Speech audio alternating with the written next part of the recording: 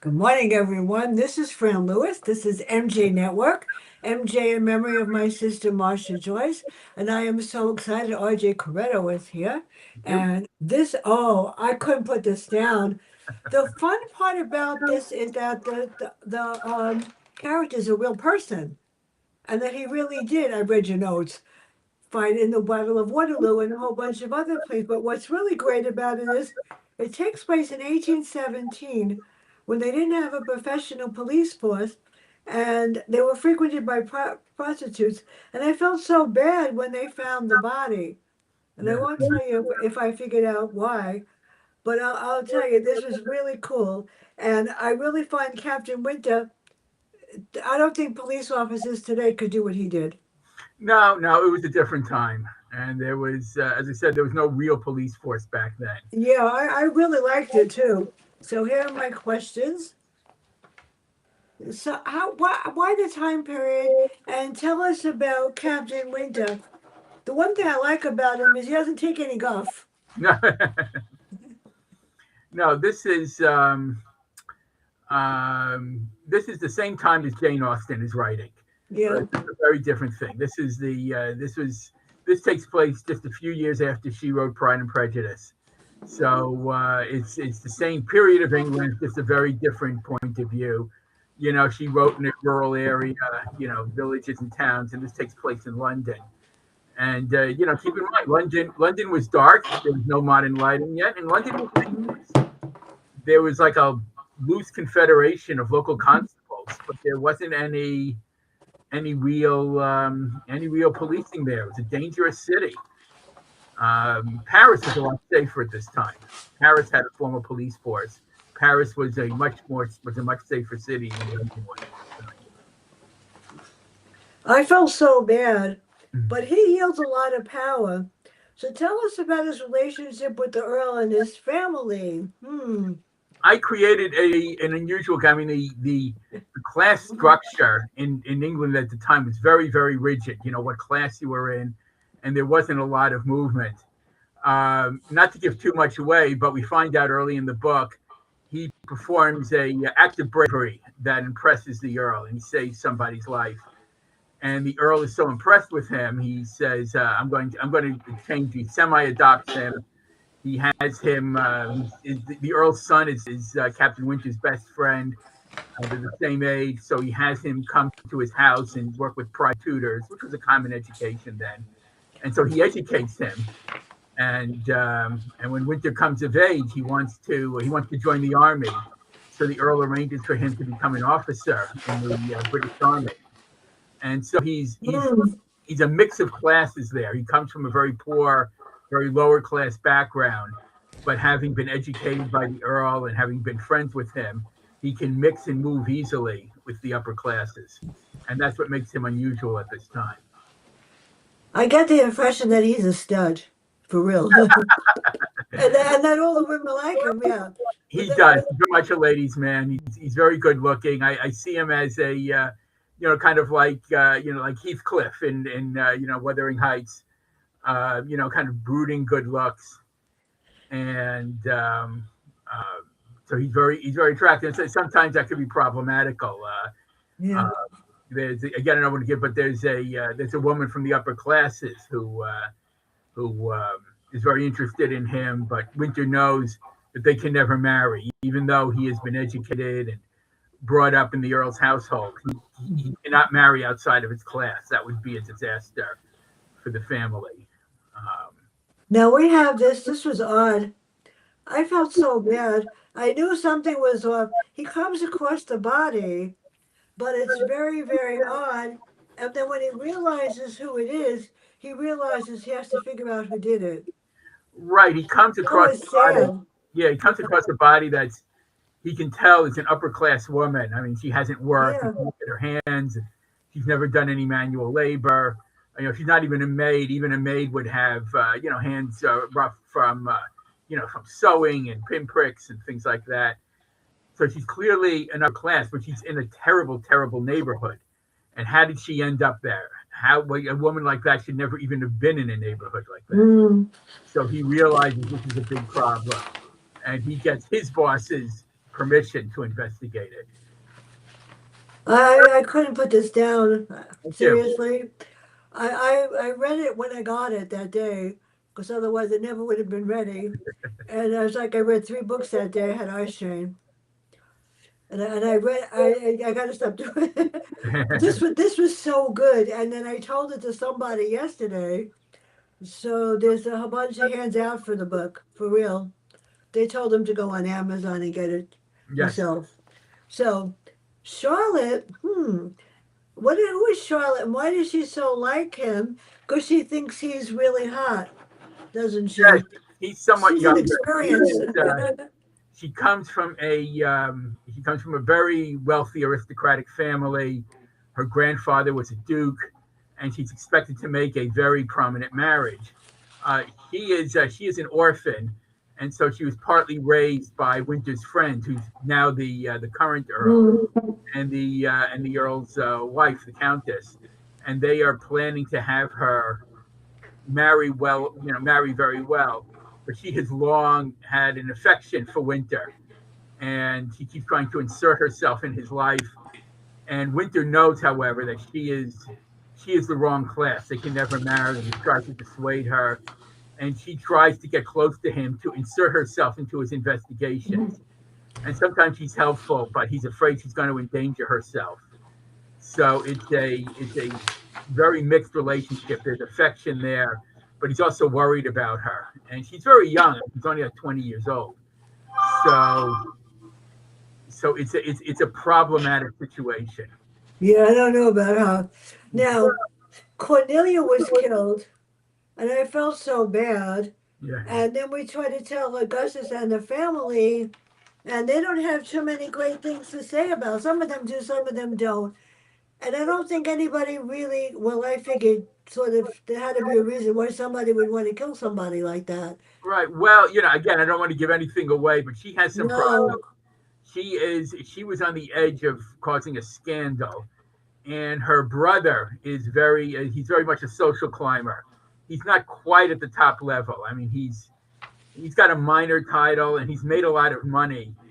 Um, but again, we're going back here to if you're familiar with Pride and Prejudice, the older daughter marries Mr. Bingley, and Mr. Bingley is wealthy and prominent, but he does not have a title. He's not from the aristocracy. Mm-hmm. Bingley made his money from trade, so although he's well to do and is going to be able to support Jane Bennet in a very nice lifestyle, he's not as high a class as Darcy, who comes from an aristocratic family. So that was a very important distinction, and it's a very important distinction in my book too. And Sir Augustus wants his sisters, and eventually his children to make very good marriages so he can move up in the on the social ladder, and that becomes very important. And he's afraid Yeah. that one of his sisters is going to ruin that for him. That she will Yeah. handle. Well, we know his sister, and I knew right away. I said, "Oh, okay, wait a minute." So he has a wife and a sister too, and no one was really that fond of Cornelia, and so she must have been. She seems like a beautiful person, and yet Yes. there was something about her. I don't know. So why did she run off, Cornelia? And Well, that's what Winter tries to find out. yeah, I know. You got to read this. You won't put it down. Right. His when Winter tries to talk to her family, and they say, why was she in that awful neighborhood? A woman from a family that shouldn't have even known about that neighborhood, let alone visited it. And he, and there's a cover up. Nobody wants him to know what happened there, and he's sensing people are lying to him, that her own family is lying. And so he starts asking around, and he finds out things about him from other people in society, and gradually the truth comes out, and why her family was so embarrassed by her. There's a lot of people that involved. Now, Bayless, what is his connection to Cornelia? Because I didn't like him at all. No. We How find unfeeling can a person be? My out God. he is her not quite fiance. There was not a formal Yeah. engagement, Yeah. but it was presumed. He's a quiet man. He's not in the aristocracy, but he's well off, and he's an older bachelor, and he has a nice townhouse, and servants, and he could give Cornelia a very nice life, and her family is happy with that. He's a little older and very quiet and steady, so they're hoping that he will provide guidance to her. And Winter looks into that and finds out there's a scandalous background to Mr. Bayless himself. And Winter finds that out after some investigations that throws some light into what Cornelia is, that she was going to agree to this marriage, that she was going to get married at all, because he didn't think she'd be the kind of woman who'd want to get married, even though marriage was necessary for most women at the time.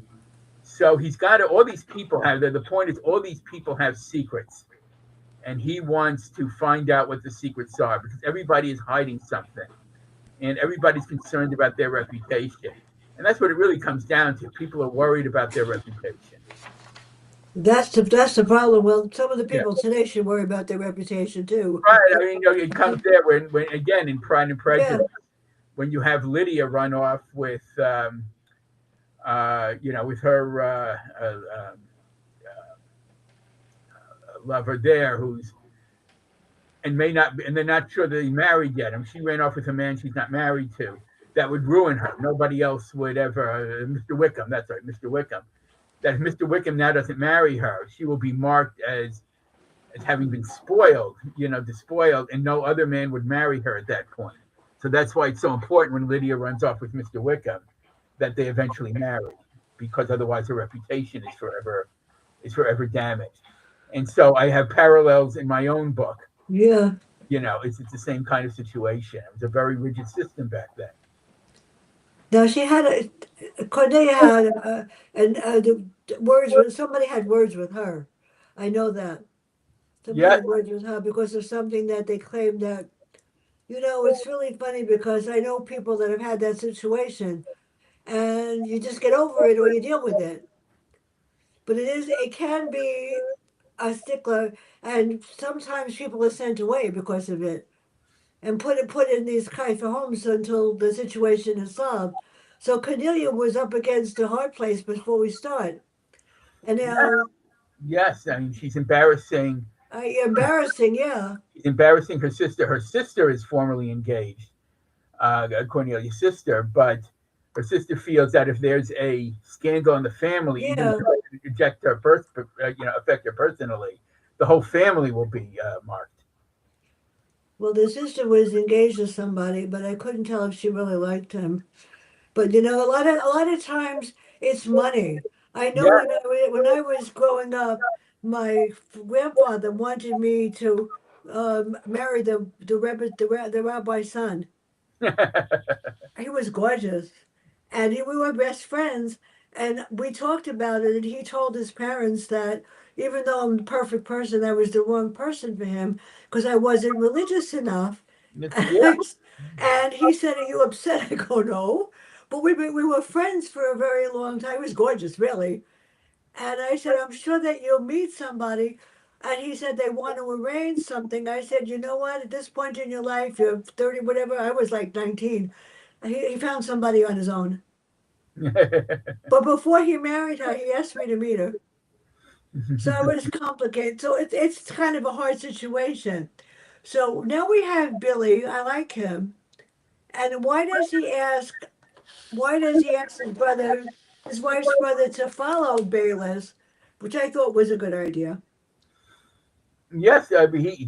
Captain Winter needs a spy, and he needs someone to work for him, and he finds a Lunder, sort of a friend of a friend, Yeah, who who's been involved in petty crimes. They're nothing serious, but this is a man but he knows London very well. He knows London much better than Winter does. Winter was raised in the country, so Winter needs a spy who knows London very well and can talk to people. I mean, people would know from your accent if you were local or not.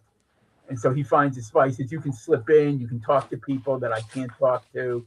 You know, they'll realize you're one of them, and people." And so he sends his spy in to find out what's happening to these various people, because Now, he's the chapter I like the best is the one I'm looking at right now, is chapter 6. How did you create that chapter with all those characters?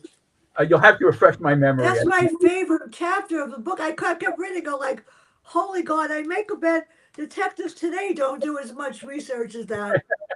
They don't. They can't even figure out who killed who on the news anymore. Yeah, well, it's easy. It's both easier and Yeah, harder, and people can disappear. But back then they didn't have yeah. anything like fingerprints or anything like that. But it was a smaller society. It was harder to disappear. I mean, these cities were not nearly as big as they became, and it was harder. Everybody knew each other, and so Winter finds that if he can find somebody and track down somebody and trace somebody, he can find out a lot of things about them. It's unbelievable. I mean, and the only way that they could get a message was through a missive or a messenger. Right. And so like Paul Revere, but they didn't have telegraphs and telephones because they came later, and the phone didn't come till 1845 or something like that, or later. You didn't even have train travel yet. Yeah. No matter how wealthy you were, a horse and carriage was the best, even if you were the queen. That was the only way to travel. Train travel would come later. And so it was a very slow society. I mean, it took a long time to get from any one place to another. And that's what I like, and the number of servants there, the single largest employment sector at that time was agriculture, Yeah. for work in agriculture. And the second most common one was domestic service. Yeah. Everybody had you either had a servant or you were one. I mean, even people of modest means would often have a couple of servants. So that was a huge employment sector. There were a lot of servants in London. No, I can't forget these two characters. I just reminded myself. I have the book memorized, by the way, just about. Thank you. Okay, we have Beryl, the maid. Yeah. I cried for that one. She was really, really careful. And I gathered that in order to speak about something, they had to ask permission, and they could not speak frankly. So she would say, I can't say that. And then there's Charity, who I didn't like. You didn't like her? She was of her, she was of her place. She was Yeah. born and raised on a farm. And, everybody wants to better themselves one way or Yeah. another. Like, you could start, say, if you were in domestic service, you might start as a scullery maid. It was low paid. The work was very hard, and then you may become a housemaid. The work was easier. You set the table. Sometimes you may serve at dinner, and you just do light cleaning. And then the highest thing of all was to be a lady's maid for a woman servant. If you're a lady's maid, you didn't have to do any hard work anymore. You just helped the lady of the household get dressed. You took care of her clothes. Uh, that was a much, you got more money. So everybody tried to rise in their profession, try and do something. Things, people like ladies' maids and cooks and butlers were at the top of the social scale among the service, and that was your choice. Understand. That was your Now, choice. the character that was the Countess, can't forget her. And of course, my other favorite character was Dr. Wolf, because he was right on target at a point. And I tell you, it's like, plus the fact that Winter had a apartment, right? In the Earl's house. He lived there also. But yeah, but in the in There's the kind of an odd kind of relationship there. yes, he often lived with the earl, but basically his main Yeah. residence was in a little rooming house. It was a clerk, and they had an extra room, and they rented it to him. And he and the clerk and Winter worked in the same government department, so they were colleagues. And so he had this man had a wife and children, but he also had an extra room, so he rented it in his house. So he rented it to Winter, and Winter liked the idea of living in a quiet place where he could come and go, unlike in the Earl's house. So when he was working, he lived in his own little apartment. I'm just making sure that it's taping. Okay. I'm very proud of you, Restream, for not aggravating me today. No, I had the last week I did one and it was really fantastic. And then the video disappeared and I had to go find it. Yeah. It's on YouTube. It goes on I have my YouTube channel. Oh, forget it. I can't believe it. So, who does Winter report to and why? And who is Glencoe? I mean, there's an awful lot of people, and we don't want to forget about, some charity and the other ones. But who does he report to? Who's in charge He above was him? someone I invented. Who dares to be above him? Right. It's sort of a spy master. Yeah. It's like, as I said, this is a fictional department and, a fictional position. And, I sort of modeled him. I don't know if you watch the James Bond movies. It's a character of James Bond's boss who's only known as M. And so it's sort of like that. He's a mysterious man. We know he's a lawyer. He's got a legal background, and he seems to run this secret government department that solves important problems. Um, and it's kind of semi-official. I like having that. We don't know a lot about him. I kept it very secret. Even Winter doesn't know a lot about his boss. Only that he Uh, does some very secret things, and Winter is sort of his what he calls him special emissary who solves problems. And I like the idea of this secret government department in I the. love this book. It's really good. Thank I you. mean, there's Dr. Wolf, but then how does he get? He said to Augustus, "I was so glad that you've been rude and disrespectful to him." Said to Augustus didn't want to face the truth, now did he? About No, anything? no, we find a lot of people didn't back then. Yeah, It's I know. very, Nobody wanted to face the very truth easily, about what happened. and there's a lot of cover up, and that's a theme I try and keep up with my That's book. sad. To avoid in these historical books that I write, the problems with reputation, the problems with embarrassment, and things that we don't see as important today, but that were very, very important, in the 18th and 19th centuries.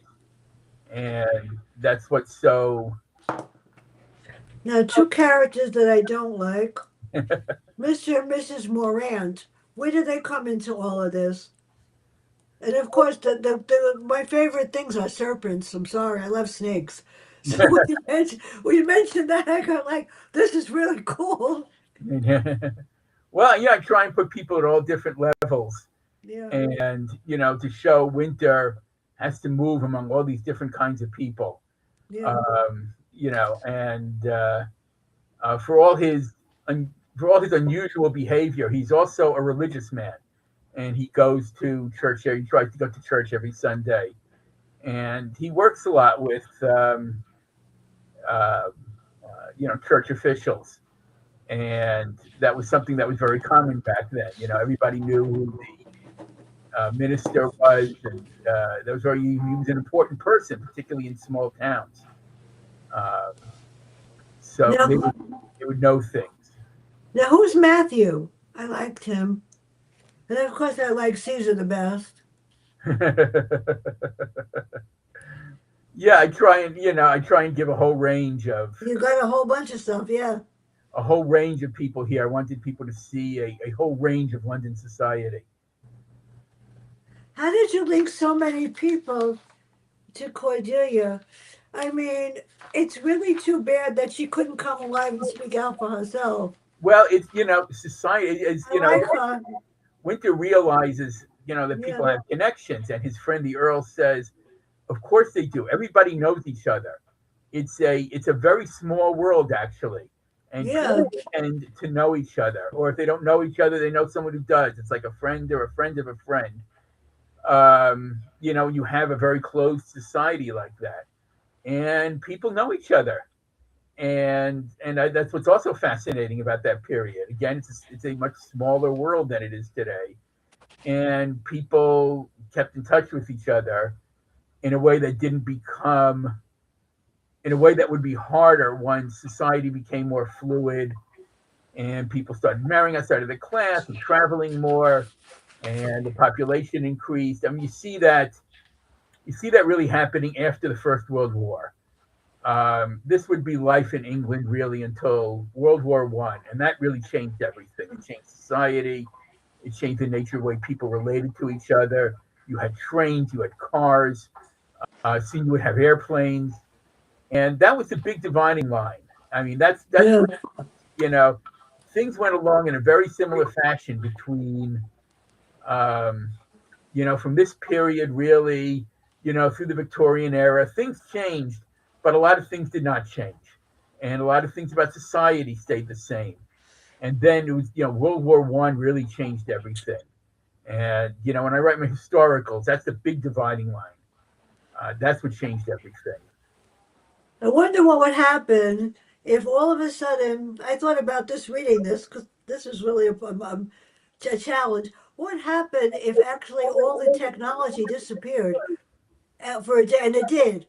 There was a blackout a long time ago, Yes.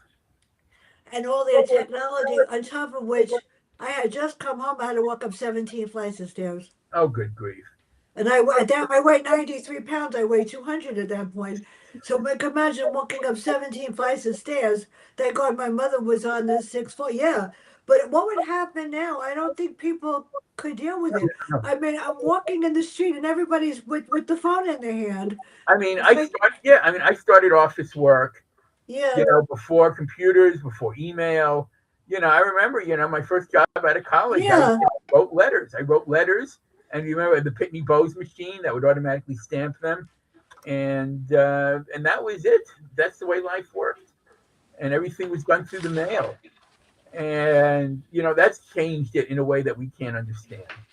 I mean, my children don't, and that's things like that changed. It's the same way the trains would change everything. Shortly after these books that I wrote, trains meant all of a sudden even people of very modest means could travel in comfort from one end of England to another, and that was huge. It meant people could move a lot more easier, and migrate and get jobs yeah. in other parts of England, and that was a big change too. Well, on February 4th will be 1 year since I'm on Restream. Since Bob Great. Jones went down. Yeah, I was brave.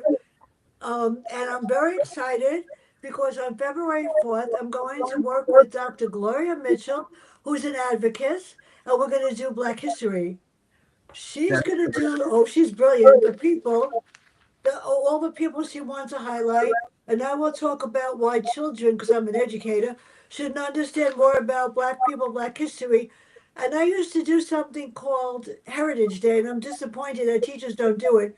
In February, we talked about the cultures, and the kids would get up if they were Hispanic, even Kwanzaa, anybody, talk about the heritage and culture and how we would share it. And then they would put in a sample of something so that we could share it. Yeah. They don't do that now.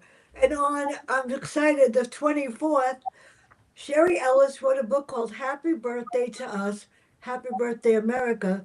And we're going to talk about that and Happy Birthday, George Washington, on the 22nd. And on the second, a very powerful book, the story we share about sexual abuse by a relative on somebody. She Oh, woke up in the middle of the night and she was shocked. And on the fourth, I am honored. New York Times author David Putnam will be here with two of his books. They're hilarious. It's not the Johnson series, it's the Imogene Taylor and Harvey Usher series. They're two octogenarians that would sooner take a gun and shoot you than anything else. And she walks around with a 359. It's hilarious. So, how did you create the winter figure? How did you create the killer and why? I mean, I'm not going to tell you if I figured it out, but it made sense. the, It the sure as hardest heck made sense. the hardest part for me as a mystery writer is Yeah, creating an effective whodunit. You have to have yeah, somebody for whom it makes sense, but who other people are not going to realize until the end. And that's always hard. The best person of that was Agatha Christie. You read an Agatha Christie book, and I'm thinking, wow, I never saw that coming, but it makes perfect sense at the end. You say, oh yes, I didn't see that he or she would be the murderer, but now in retrospect, it makes sense. And I know a lot of mystery writers who feel the same way. and that's always hard. And you have to create a motive. And why is somebody killing? And I'm kind of proud of the motive I create on this one. I don't want to say any more about it, but the motive for murder in Winter Season I found compelling in my own mind, and I hope others do as well. We can't forget about Barbara because Yeah, she's got the thing for Winter. So tell us about his relationship, and if yeah, there's going to be another sequel to this, going to be another book, right? he was. Yes, she was a past lover and is now a current one. Winter met her some years ago. Yeah, I don't like her. Not sure about this one. She is also unusual in that, like Winter, she is self-made, and we find out how she did that. She comes from a modest background too, but managed to work her way into society. She like works as a matchmaker and Yeah. other things, and she's beautiful, but she has the shrewdness to use her beauty. Um, and I liked writing her. I found her an interesting character to write about because she is unusual for that time. And to have people who don't fit in neatly in this period is a special thing. It's an unusual um, thing to happen, and that's why I like to create Winter and Barbara because they are unusual for that time period. You know, she's more current than that back then, and Yeah, she works. And then she just, if she gets annoyed, she just goes and doesn't say anything. I love that Winter. I mean, my That's favorite. what I liked about her. She doesn't take any guff. No, she doesn't. And my favorite I line in the know. I book, really, yeah, from my viewpoint, is when Winter refers to another woman as being desperate. And Barbara snaps back at him. She says, "Every woman in London is desperate. Women don't have any power. They need to get married. They need to do something. Most businesses were closed to them. There was very little they could do. They had very few choices other than getting married, no matter what class you were, because there was no way for a woman to make a living. It was possible, only with, domestic service. So she says, we are all desperate. And I think that's a wonderful way of looking at women's lives in England at that time period and the very, very few choices women had. And Barbara realizes that. And then to me, that's also an important theme of the book. now is charity. Hmm. They all have a thing for Winter, but Yes, Charlotte has it really bad. So yes, when is she going to realize? Oh well, maybe he likes her. I don't know. she is, she's very young. She's only 20 years old and she's lived a very, very sheltered life. Yeah, And she's also lived a life with great privilege. Like she comes from a family. It's a fictional family, but it's based on real families. She comes from a very old family, and the Fitzhughs, and and Winter says the Fitzhughs were never used to hearing the word no. You know, this is a family that has been prominent, since the Norman conquest in the 11th century, and they're not used to hearing no. They've been important family, for nearly 1,000 years, and they don't want to hear that there's something they can't do or something they can't have. And Charlotte has to learn she can't marry Winter. He is too low class for her. That would never be accepted. Even though he can operate in society, he does not have the background to marry a woman from her distinguished family. At the same time, Charity is a farm girl, and she is more of Winter's class. yeah. They talk, they realize, Winter moves him on the upper classes now. He can dine at the Earl's table, but she would be so uncomfortable there. She has not had his upbringing. So if Winter married a farm girl, she would be very Yeah. uncomfortable. And that shows Winter's problem is that he doesn't fit in anywhere. He fits in, as he says, he fits in everywhere and nowhere. That's a hard one. That's a hard one. Now I know that back then I read a couple of books. The last two I read, the girl wanted to marry somebody else, and the parents insisted that she marry someone else, and both of them turned out to be bad. Yeah, One wound up dead, but both wound up dead actually, and they were it was really horrible. Besides the fact that on the second or third one she had a child, that made it even hard. How do you tell your daughter that your father is a murderer or dead? yeah. That's the hard part. Now, Winter didn't have anybody that would tell him he couldn't marry somebody. He's sort of an independent guy, I would think. He is, but he recognizes the world he lives in. He recognizes the rules he has to play by. Even if he goes around them sometimes. Mm. Um, he knows he doesn't suffer from delusions. Um, he goes for part of investigations. He goes to a very very high level ball where all the best people in London go to, and the Countess, his friends, and Charlotte teases, "Are you looking for a wife there?" And the Countess says, "Really, are you looking for a wife?" And he said, "If I were looking for a wife, it Mm. would be at the ballroom," because he knows those are all upper class women, and their fathers would never allow him to marry their daughters. So he says, "Yes, I go to the ball and I dance with the women, but I know I cannot marry any of them because they are too upper class for me." Uh, How did you create the uncertainty in the epilogue? That was really cool. I left it out because I wanted that. I want to leave it open for Yeah, future, you don't know. Yeah, you don't know what's going to happen next. right? And some series go on and on. I'm hoping to write more. Um, more adventures with Winter and Barbara, and I'll be looking forward to that. I would imagine. But it must have been difficult for the family when they found out who really killed Cornelia. Yes, It had to be tough. yeah. I mean, that's that comes up again in a number of the books I've written. I have a series of books that also take place during Edwardian England, which was about 75 years after this book. Uh, So what's next for Winter? When is he coming back? And what's next for you? When am I getting it? let's see. I got another winter one mapped out. I'm hoping to write, but meanwhile, I'm going Good. to be writing one of my other. I have another series, the what I Oh, call the good. historic home series, and that covers. It's a modern day one, and it covers an architect who specializes in restoring historic homes, which is a real profession. There are architects who do nothing but restore Oh, nice. historic homes. And that's what she does. And she finds old mysteries connected to these houses. One of them was an old Gilded, she lives in New York. One of them was an old Gilded Age mansion.